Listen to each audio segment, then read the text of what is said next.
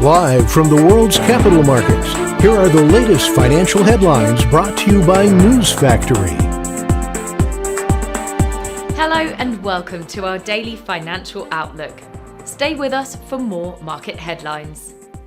The gold-dollar pair plummeted 1.2% in the last session. The MACD is giving a positive signal. The euro-dollar pair gained 0.3% in the last session. According to the stochastic RSI, we are in an overbought market. The pound-dollar pair made a minor downwards correction in the last session, dropping 0.1%. The stochastic indicator is giving a positive signal. The Aussie dollar price remained largely unchanged in the last session. According to the CCI, we are in an oversold market. Coming up, our chief analyst's choices for today.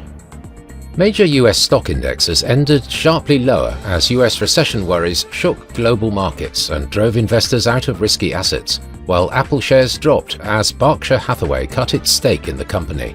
The recession concerns followed weak economic data last week. Capula Management, Europe's fourth-largest hedge fund, invested more than $500 million in Bitcoin exchange-traded funds. The hedge fund, which is based in the United Kingdom and manages upward of $30 billion in investor assets, holds shares in Fidelity Wise Origin Bitcoin Fund and BlackRock's iShares Bitcoin Trust. Lucid Group said its largest shareholder, Saudi Arabia's public investment fund, will inject up to $1.5 billion in cash, as the electric vehicle maker looks to add new models to its product line.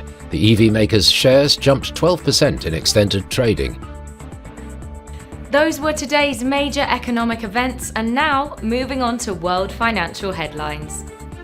Australia's RBA interest rate decision will be released at 4:30 GMT. The US Redbook Index at 12:55 GMT.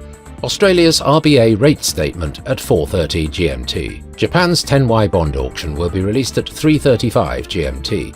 The US 52-week bill auction at 15:30 GMT. The Eurozone's retail sales at 9 GMT. We hope that you've enjoyed Tuesday's financial report.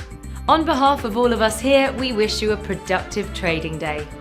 Be sure to join us tomorrow morning for the latest news and events from the financial markets.